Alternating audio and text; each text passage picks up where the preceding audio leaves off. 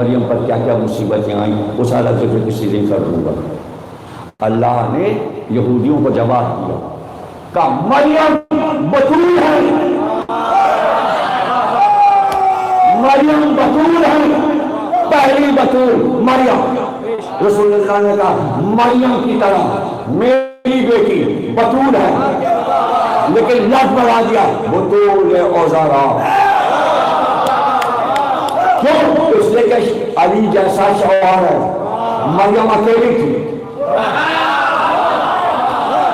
کسی نے پوچھا، آپ نے کہا سیدہ نساء العالمین، یہ خطاب تو مریم کا بھی ہے۔ رسول اللہ نے کہا اپنے دور کی سردار تھی، زہرا قیامت تک ہر نبی کے گھر کی عورت کی سردار رہے، تمام نساء کی سردار قیامت تک زہرا رہے گی۔ طاہرہ کہا، زہرا کہا، بتول کہا، طیبہ کہا، صدیقہ کہا، صادقہ کہا، مبارکہ کہا، شجرہ طیبہ، شجرہ باقیہ، کوثر، انہا لإحدى الكبر، یہ کبرا ہے، اللہ کی بڑی نشانی، اللہ کی بڑی نشانی کبرا۔ قرآن حدیث حصار کیے بطول کے معنی بتائے اور آپ کے لیے دعا۔ بطول کے معنی عربی میں یہ ہے پیوند کاری۔ بطول کے معنی لغت میں سمجھائے گئے معنی، یعنی ایک درخت سوکھ رہا ہے، اس کی ایک شاخ کاٹی، کاٹ کے ایک ہرے بھرے درخت میں آم کے اس شاخ کو جوڑا، اس پہ مٹی لگائی اور اس کو باندھ دیا، اوپر سے کپڑا لگا کے دھاگے سے باندھ دیا۔ چند مہینوں میں وہ شاخ اس درخت سے جڑے گی اور اس سے غذا لے کر ہری بھری۔ اب درخت سوکھے یا نہ سوکھے، یہ شاخ پورا درخت بنا کر پھل دے گی، اور نیا جب پھل آئے گا تو پرانے پھل سے زیادہ میٹھا اور زیادہ تعداد میں آئے گا۔ اسے کہتے ہیں قلم کاری،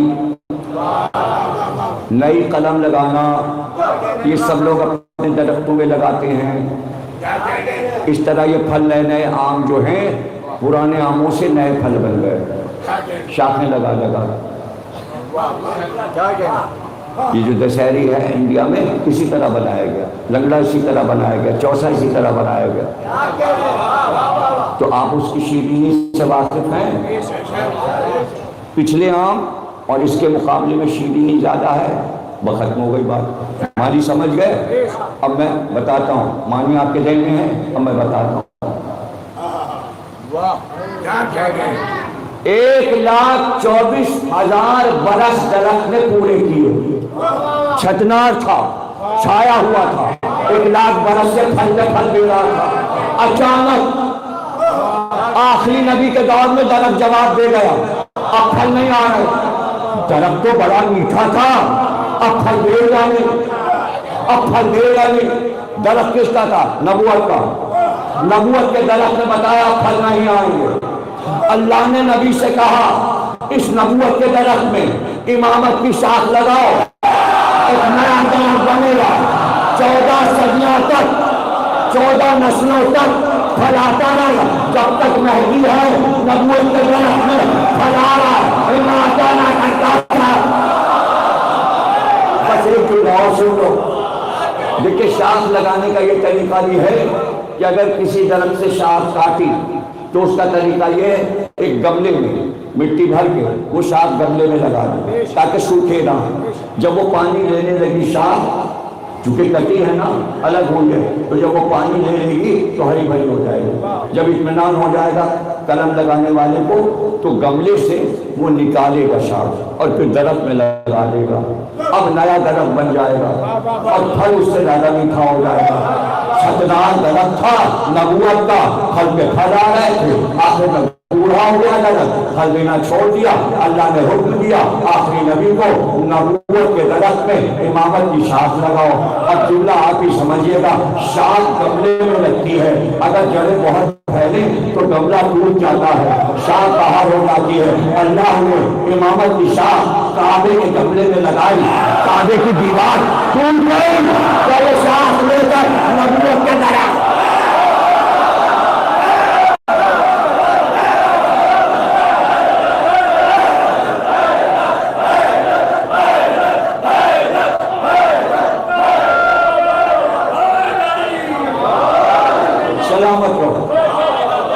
سلامت ہو، امامت کی شاخ شریف۔ اب امام کے گھر میں جو بھی بچہ ہوگا یاد رکھنا امامت مخصوص ملے گی۔ نام بتا دیے گئے 12 ہوں گے، علی سے مہدی تک 12 ہوں گے، رسول اللہ نے بتا دیا۔ اب جو ان کے بھائی ہوں گے وہ کیا ہوں گے؟ انہیں امامت نہیں ملے گی، لیکن وہ ہوں گے کیا؟ وہ ولی ہوں گے۔ اسی کو ولایت کہتے ہیں۔ حیران نہ ہو اگر سیمن والا ولی ہے، دیش شاہ والا ولی ہے، اور یہ کلکٹن والا ولی ہے، اور تو کتنے سال ہو گئے؟ 14 سال کے بعد یہ سب ولی بنے بیٹھے ہوں گے۔ اور جو سگا بیٹا ہوگا، ارے ایک عالم نے نجف میں مجلس پڑھتے ہوئے مجلس میں پڑھ دیا، حضرت عباس شجاع تو تھے، وفادار تو تھے، فقہ میں کمزور تھے۔ ارے بھائی تجھے یہ جملہ کہنے کیا بس کہہ دیا، ربا ربی نے کہہ دیا۔ رات کو خواب میں دیکھا حضرت عباس کھڑے ہوئے، کہنے تم تو بہت بڑے عالم ہو، تم نے تو بڑا علم حاصل کیا ہے، یہ علم تمہیں کہاں سے ملا؟ کہنے کہ یہ باب العلم سے، علی شہر علم کا دروازہ ہے، ان سے لیا ہے علم۔ کہ 1400 برس کے بعد میرے باپ سے تم علم مانگو تو تم عالم مت ہونا، اور جس نے علی کی زبان چوسی ہے اس کو فقہ نہیں آتی، تمہیں آتی ہے، تمہیں آتی ہے۔ اس کے بعد لوگوں نے تلاش کر کے حضرت عباس کے علم پہ لکھا، اور یہ لکھا کہ عباس ولی تھے، اور یہ فضول بحث نہ کرے کہ سید نہیں تھے۔ اگر عباس سید نہیں تو دنیا میں کوئی سید نہیں۔ عراق میں ماتم ہوتا ہے، یا سیدی یا عباس، ابن طلحہ یا عباس، یا سیدی یا عباس، اے سید عباس، اے زہرا کے بیٹے۔ اسی لیے کہا عباس میرا بیٹا ہے، سیادت سے انکار نہ کرنا، زہرا سے تو چلا رہے ہونا سیادت، عباس تو میرا بیٹا ہے، سمجھ لینا۔ تو ولی ہوگا، سید سجاد امام، بھائی علی اکبر ولی، زیارت نہ کرتے ہیں، آئے ولی اتنے ولی، آپ پر سلام، ولی کے بیٹے آپ بھی ولی۔ علی اصغر تو بہت چھوٹے ہیں لیکن ہیں امام کے بیٹے، امام کے بھائی، سید سجاد کے بھائی ہیں علی اصغر۔ اچھا 18 رجب کو ہوئے، 10 رجب کو یا 9 رجب، بعد لوگ کہتے ہیں 10 رجب 9 رجب آمد ہوئی۔ جب چلے مدینے سے تو 18 دن کے، 28 سے 10 18 دن، 5 مہینے 6 مہینے کا سفر ہے۔ جب عاشور کو حضرت امام حسین پہنچے کربلا تو اب 6 مہینے کے ہو رہے تھے، 6 مہینے میں 8-9 دن باقی تھے۔ 2 محرم کو پہنچے، اب عمر میں کتنے دن باقی ہیں؟ 3 4 5 6 7 8 9 10، 8 دن کم ہے 6 مہینے، اور عاشور کو قربانی دینی، اسماعیل کی قربانی اللہ نے کہا قبول تو کر لی لیکن شہید نہیں ہوئے۔ معلوم ہے امام حسین کو کہ کتنا برس کا ہونا چاہیے۔ اب آپ پڑھ لیجیے کتابوں میں، جو لوگ قربانی دیتے ہیں تاکید ہے 6 مہینے سے کم کے جانور کی قربانی نہیں ہے، 1 دن بھی اگر کم ہے، اس لیے دانت دیکھے جاتے ہیں جانور کے، جس عمر میں دانت نکلتے ہیں۔ تو کوئی چھوٹا بچہ 3-4 مہینے کا دانت بقرعید کے دن نہیں کر سکتا۔ حسین کو علی اصغر کی قربانی دینی ہے، کہتے ہیں ایک رات کی مہلت کیوں مانگی؟ کل نہیں، اگر 9 لڑائی ہوتی تو 6 مہینے میں 1 دن کام ہوتے۔ قربانی علی اصغر سے اللہ منع کر دیتا، 6 مہینے کے نہیں ہیں۔ حسین نے کہا کل علی اصغر 6 مہینے کے ہو جائے، لیکن علی اصغر کو لائے شام کو تاکہ دن گزر جائے، 10واں دن بھی عاشور کا عمر میں شامل ہو جائے، اس کے سب سے آخر میں لائے۔ وہ حریف احتیاط۔ اب حسین کی احتیاطیں بتا دوں میں آپ کو، بس یہ چاہ رہے ہیں حسین کہ یہ قربانی بھی اللہ لے لے۔ گھر سے لے کے چلے لائے، بلندی پہ آئے اور کہا تمہارے ضامن آپس میں اگر میں خطا کار ہوں تو بچے اس کی ماں کا دودھ خشک ہو گیا ہے، اب نہ پانی ہے نہ دودھ، اس کو پانی دے دو۔ اچھا کیا تم یہ سمجھ رہے ہو کہ میں بچے کے نام سے پانی لے کر میں پی لوں گا؟ اچھا تو لو، جنتی ریت پہ لٹا دیا، آؤ خود پلا جاؤ، آؤ خود پلا جاؤ۔ اب میں احتیاط بتا رہا ہوں امام حسین سے، اللہ ابھی رکھا تھا زمین پر کہ دوڑ کر اٹھا لیا، جلدی اٹھا لیا۔ معصوم سے امام محمد باقر علیہ السلام سے پوچھا گیا کہ انتظار کیوں نہیں کیا حسین نے، اتنی جلدی زمین پر رکھ کے اٹھا کیوں لیا؟ کیا اس لیے اٹھا لیا کہ ان کو جتانا تھا کہ پانی خود پلا دو، لیکن جلدی اس لیے اٹھا لیا کہ حسین کو معلوم تھا اگر علی اصغر نے ایڑی رگڑی تو جیسے اسماعیل کا چشمہ پھوٹا تھا، علی اصغر کے پیروں سے چشمہ پھوٹ گیا، اس نے جلدی سے اٹھا لیا۔ اس نے کہا اسماعیل کا پوتا ہے، اسی شاہ حسین نصر علی اصغر آ رہا ہے۔ علی اصغر کو پہلے سمجھے کہ دنیا باب الحوائج ہیں، باب الحوائج ہیں، ایمان کی زبان کو سمجھتے ہیں، ایمان کے اشاروں کو سمجھتے ہیں۔ ایک بار آواز آئی بیعت کر لو یزید کی تو پانی مل جائے گا، عمر ساتھ کہتا ہے۔ ایک بار امام حسین نے علی اصغر کو مخاطب کیا، تم نے ان کا جواب سنا؟ علی اصغر کو دیکھ رہے ہیں، لشکر سے کوئی مطلب نہیں۔ علی اصغر تم نے ان کا جواب سنا؟ جیسے امام حسین نے کہا چھوٹے چھوٹے ہونٹ کھلے اور علی اصغر نے کہا لا واللہ لا حول ولا قوت الا باللہ۔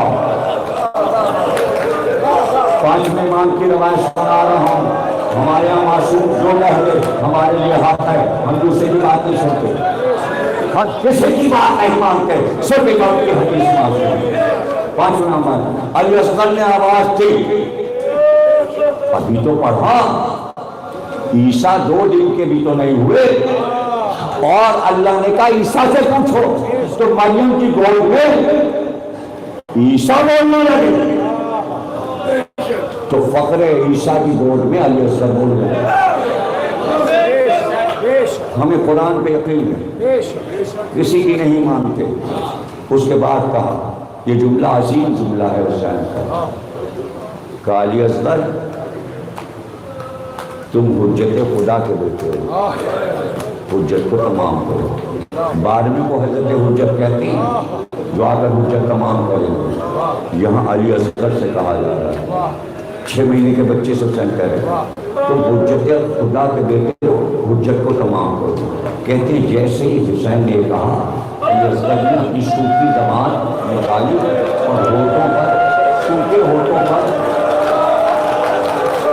اب ادھر سر نے منکر کیا، یزید کی فوج رونے لگی، منہ پھیر پھیر کر رو رہے۔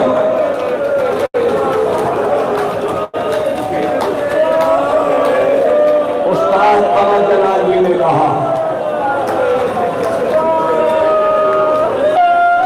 اصغر کلیجہ تھام کے روتی ہے فوج شام، تم تیر کھا کے آئے ہو یا تیر مار کے؟ شیر سن لیا جوش ملیہ بازی اصغر میں پہ جو تاب نہ تھا اشتراک کا وہ دل دھڑک رہا تھا رسالت پاک کا حسین اور انقلاب کی بیعت ہے جوش اللہ اتنے شیر شہزادہ علی اصغر پہ کہہ رہے ہیں کہ جس کی گنتی نہیں ہو سکتی انگریز مورخین فرانس کے شاعر جرمنی کے شاعر سب علی اصغر سے بہت متاثر ہوئے الیگزینڈر منی جس کے مرثیے کی کتاب میں نے چھاپ کی مرکز سے چھپی ترجمہ اردو میں فرینچ اور جرمن سے ہوا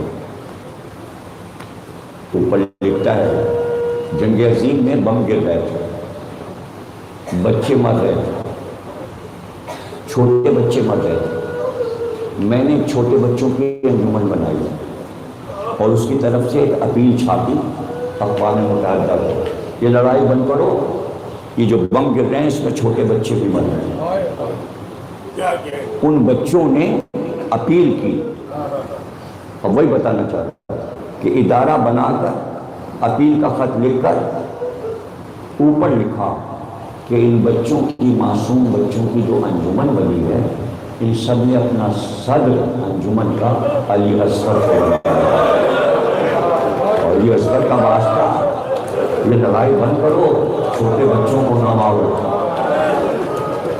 بس جب یہ ہو گیا واقعہ تو دنیا کی ہر قوم علی اصغر کو پہچاننے لگی اس لیے کہ اقوام متحدہ میں الیگزینڈر منی نے اپنا کاغذ جمع کرایا اپنا مرثیہ بھی بھیج دیا قوموں نے مرثیہ پڑھا دنیا کی ہر زبان میں اس نے مرثیہ کیا مرثیہ ہے کیا لکھا ہے اس نے 201 مرثیے یہ اتنی موٹی کتاب لکھتا چلا گیا کیا محبت تھی اس کو علی اصغر سے کہ پوری دنیا علی اصغر کو جان گئی آذربائیجان میں عاشور کو جلوس نکلتا وہ سال تھا کہ کینیڈا کا سفیر نیا آیا تھا اس کی بیوی بھی ساتھ تھی چھوٹا بچہ بھی اس کے ساتھ تھا اور اس کا ملازم چھوٹے بچے کو لیے ہوئے یہ سب آئے تھے کہ آذربائیجان کا محرم دیکھنا ہے جلوس کیسے نکلتا ہے عاشور تو اس نے ایک مقامی آدمی کو رکھا تھا جو انگلش میں یہ بتاتا جائے یہ کیا ہے یہ کیوں ہے یہ کیا ہے علم آیا اس نے پوچھا کینیڈا کے انگریز خاتون یہ کیا ہے اس نے کہا یہ علم ہے اور علمدار حسین سے لشکری عباس تھے ان کو علم عطا کیا تھا کیونکہ ان کے ہاتھ کٹ گئے اور علم پھٹا کے دے دیا تو چاہنے والے ان کے ابھی علم نکالتے اتنی دیر میں کتاب ہوتا ہے اس نے پوچھا یہ کیا ہے تو حسین کا جنازہ پڑا رہا اور کوئی حسین کو کفن دینے والا نہیں اب چاہنے والے اس کی یاد میں حسین کا جنازہ اٹھاتے ہیں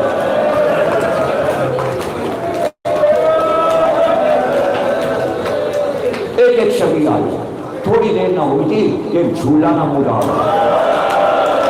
اور جھولا ہوا سے ہلا چونکہ معصوم بچہ اس کا اپنا موجود تھا اور ماں نفسیات بچے کی جانتی ہے اس نے ایک بات پوچھا یہ کیا ہے اس نے کہا یہ جھولا ہے چھوٹے بچے کا جھولا کہا یہ کیوں ہے کہا ایک حسین کی فوج میں 6 مہینے کا بچہ سپاہی تھا 6 مہینے وہ جھولے میں آیا تھا کربلا میں جھولے میں تھا یہ جھولا اس کی یاد میں کا بچہ آیا تھا کربلا کہاں اس کا نام علی اصغر کیا اس بچے کی یاد کیوں منا رہے کیا اس کی یاد اس لیے مناتے ہیں کہ 3 دن سے وہ بچہ پیاسا تھا ماں کی گود سے حسین نے بچے کو لیا اور اشکیا کے لاکھوں کی فوج کے سامنے آئے اور کہا یہ رباب کا لال پیاسا ہے ماں اس کی پریشان ہے میرا بچہ 3 دن سے بھوکا اور پیاسا تھوڑا سا پانی دے دو اب وہ گھبرا گیا اور اس نے ٹرانسلیشن کرنے والے سے کہا بچے کو پانی دے دیا بچے کو پانی دیا نا کہ نہیں، ایک تیر انداز وہاں سے بیٹھ کر ایک تیر کا نشانہ لیتا، اس کو ٹھہرو ٹھہرو، کیا بتا رہے ہو؟ کہاں یہی واقعہ ہے؟ وہ تیر بچے کی طرف آیا، ایک بار وہ بے ہوش ہو گئے، زمین پہ گری، ہوش میں لایا گیا، پانی چھڑکا گیا چہرے پہ اور بار بار گھبرا کے چاروں طرف دیکھ کے کہتی تھی یہ بتاؤ بچہ مرا تو نہیں؟ پھر اپنے بچے کو دیکھتی کہتی ارے بتاؤ جس ماں کا بچہ تھا وہ انتظار میں نہیں تھی، یہ بچہ مرا تو نہیں؟ آواز آئی زندگی کا بچہ دنیا سے گزر گیا، اس نے بات منہ کی کیسے ہو گیا؟ اور 6 مہینے کا بچہ مر گیا، تم سلامت نہ ہو، کیا غصہ دے رہے ہو، کیسے تعجب کر رہے ہو؟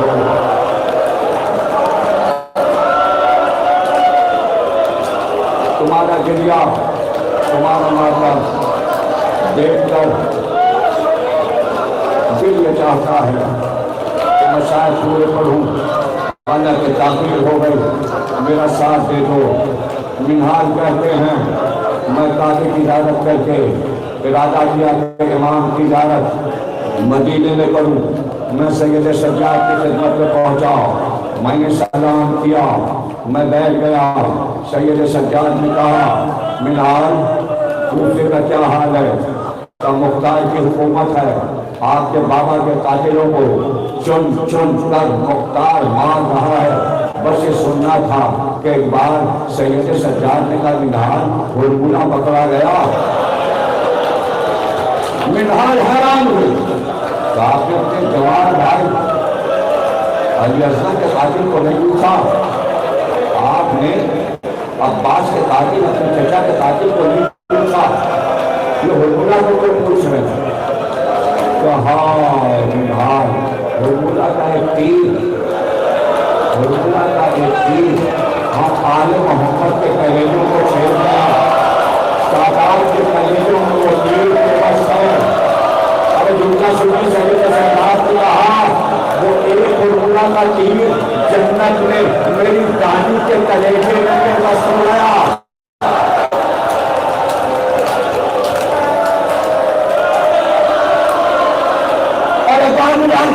سید سجاد کے دونوں ہاتھ اٹھائے تب پروردگار ہرملہ کو اس دنیا میں آگ اور لوہے کا مزہ چکھا دے۔ کسی قاتل کے لیے سید سجاد جیسے صابر نے اس طرح ہاتھ نہیں اٹھائے اور دعا نہیں کی۔ منہاج کہتے ہیں میں رخصت ہوا کوفے آیا۔ میں جب دارالامارہ پہنچا تو مختار گھوڑے پہ بیٹھ چکے اور گھوڑے کو موڑا تھا۔ میری پر نظر پڑی کہ منہاج کہاں تھے؟ کہ میں مکی گیا تھا، وہاں سے امام کی اجازت کی، اب آ رہا کہ سامنے جو گھوڑا ہے اس پہ سوار ہو، میرے ساتھ چلو۔ منہاج کہتے ہیں میں گھوڑے پہ سوار ہوا، مختار کے گھوڑے کے ساتھ ساتھ میں نے چلنا شروع کیا۔ مختار نے کہا ایک ضروری کام سے جا رہا ہوں باہر، کچھ قاتلوں کا پتہ چلا ہے۔ منہاج کہتا ہے مختار کچھ دور بڑے تھے، کوفے کے بازار سے گزرے تھے کہ پورے کوفے میں چاروں طرف سے ایک شور کی آواز آئی، اتنا شور۔ مختار نے گھوڑا روکا، اب جو لوگ ادھر سے آ رہے تھے مختار نے کہا کیا ہوا، یہ شور کیسا ہے؟ کہا امیر ہرملہ پکڑا گیا، سب خوشیاں منا رہے ہیں، کوئی اس کے چہرے پہ تھوک رہا ہے، کوئی جوتیوں سے مار رہا ہے، کوئی اس کو تھپڑ مار رہا ہے اور رسیوں میں باندھ کر کھینچتے ہوئے لا رہے ہیں۔ مختار نے کہا اسے مارنا نہیں، ایسا نہ ہو کہ دارالامارہ جاتے جاتے کوئی اسے کہا تھا زندہ نہ ہو، اب میں کام سے نہیں جاتا، میں دارالامارہ جا رہا ہوں، میں تخت پہ ہوں، میرے سامنے ہرملہ کر رہا ہوں، اور تقریر ختم ہو گئی۔ منہاج کہتے ہیں تخت پہ مختار بیٹھے، پہلو میں بیٹھا تھا۔ مختار نے پوچھا میرے امام نے کچھ کہا تھا؟ کہا بس ہاتھ اٹھا کے کہا تھا پروردگار ہرملہ کو اس دنیا میں آگ اور لوہے کا مزہ چکھا دے۔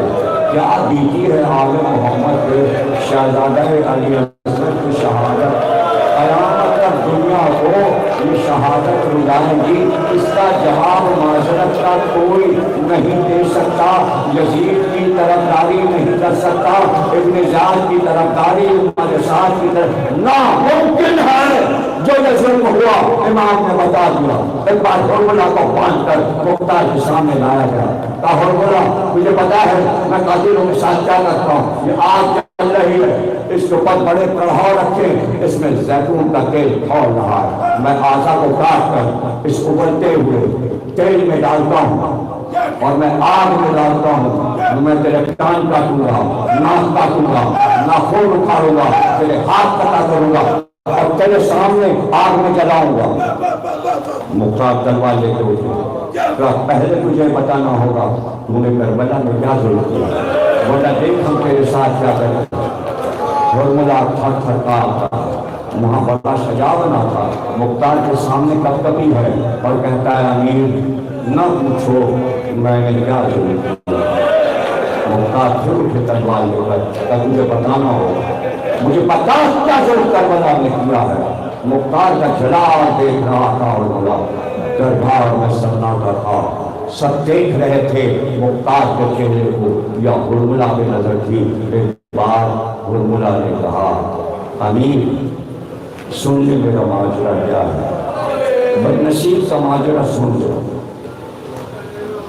جہنم میں جانے والے کا معاشرہ سن لو۔ میں عرب کا بہت بڑا تیر انداز، یزید کو معلوم تھا کہ میں اتنا بڑا، میرا تیر کبھی نشانے سے ہٹا نہیں کرتا، جو تیر پھینکا نشانے پہ لگا۔ چونکہ میں شکار کا بہت شوقین تھا تو میں نے بڑی کمان بنوائی تھی، اور عرب میں جب کمان بنتی تھی تو اس کی رسی دیکھنے کے لیے کہ ڈوبنے کو نہیں ڈوری تو اس میں وزن لٹکایا گیا، اب ڈوری جتنی کھینچے گی اتنی ہی طاقت کے ساتھ تیر جا کر اپنے نشانے پہ لگے گا، جیسے منو پتھر کسی پہ گر گیا۔ تو میں نے مضبوط بڑی کمان بنوائی اور میرے تیر بہت بڑے بڑے ہوتے تھے، میں نے ہمیشہ تین نوکے ڈھال رکھے اور میں زہر میں بجھا لیتا تھا۔ جب میں شکار کرتا تھا ہرن کا یا نیل گائے کا تو میں تیر پھینکتا تھا، جانور لے جاتا تھا، اس سے پہلے کہ وہ مرے میں جادو سے ذبح کر دیتا تھا۔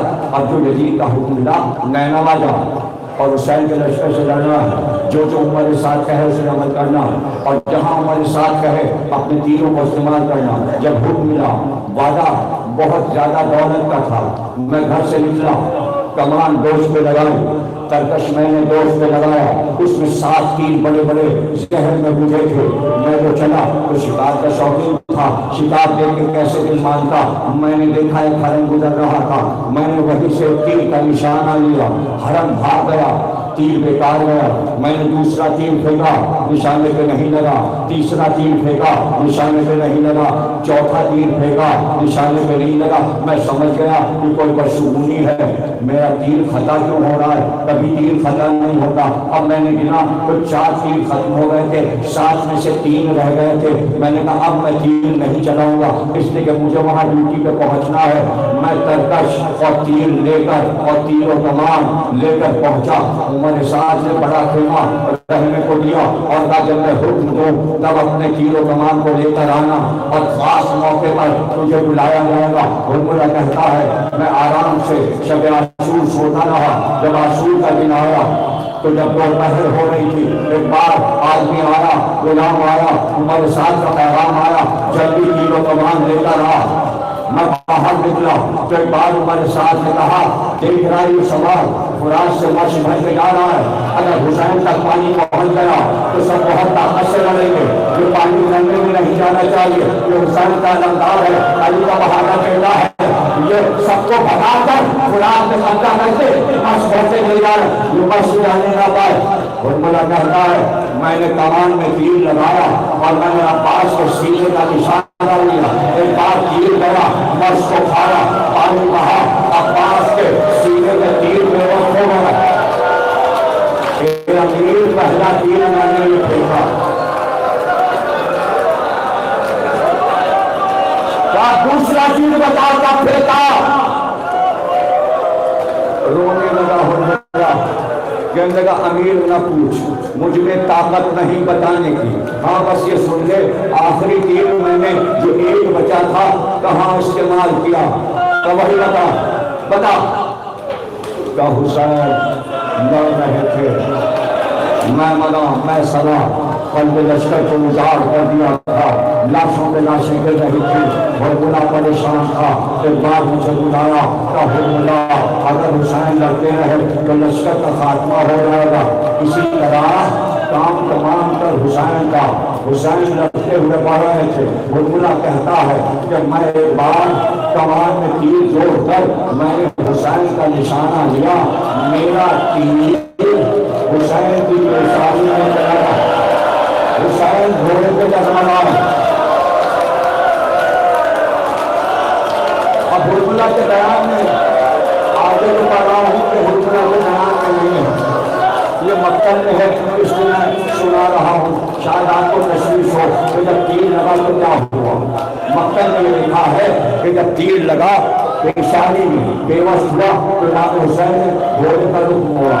اب یہ لکھا کہ خیمے کے پیچھے کی طرف جنگ ہو رہی تھی، اب جانا گلے خیمہ تک حسین کی ہمت نہیں تھی، وہ اس کی طرف ابھر گئے اور قنات کے پاس سے آہستہ آہستہ دیکھیے رومال جیب سے نکالا اور زخم پہ رکھ لیا، تیر کو پھینکا اور رومال کو حسین نے زخم پہ رکھا اور آہستہ سے قنات کے پاس 3 بار پکارا، زینب زینب زینب، ایک بار بہت کی آواز سے قنات کے پاس بھیا کیا ہوا، کہ زینب تو چادر کا ٹکڑا لاؤ، تین پہ وسائل لہوگا۔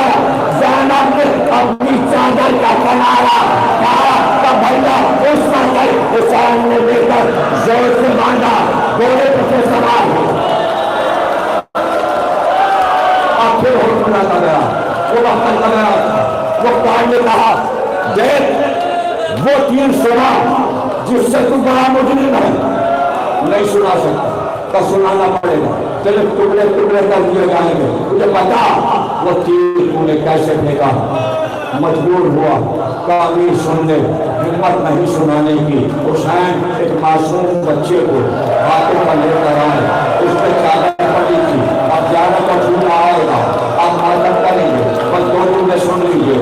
ایک بار اس پہ چادر پڑی تھی، اشیاء سمجھے حسین قرآن لا رہے ہیں، آئے علی اصغر سے قرآن کی تجوید، لیکن جب چادر لوٹی تو سب نے دیکھا ایک حسین خوبصورت بچہ ہے، اس نے زبان ہوٹوں کو پھیری، لشکر کو پتا چل گیا علی اصغر بہت پیاسا ہے، علی اصغر بہت پیاسا ہے، علی اصغر بہت پیاسا ہے۔ ایک بار عمر صاحب نے کہا ارے عرب دیکھ علی اصغر کو یہ بہت قیمتی نہیں تو سب کا عقیدہ بدل جائے گا، یہ پانی لے کر دوڑیں گے، یہ حسین کی طرف چلے جائیں گے، یہ مظلوم ہے، اس کے اس قصے کو ختم کر۔ حرملہ کہتا ہے کہ گھوڑے کی آڑ میں بیٹھا، زمین پہ ڈوبنا رکھا، میں نے کمان کی ڈور کو تیر لگا کر پھینکا، میں نے نشانہ لیا، حسین بلندی پر تھے لیکن میں بہت بڑا نشانہ باز ہوں، تیر چلا، اب تو تیر چلا تو حسین کے گود میں علی اصغر تھے، علی اصغر کے گلے کو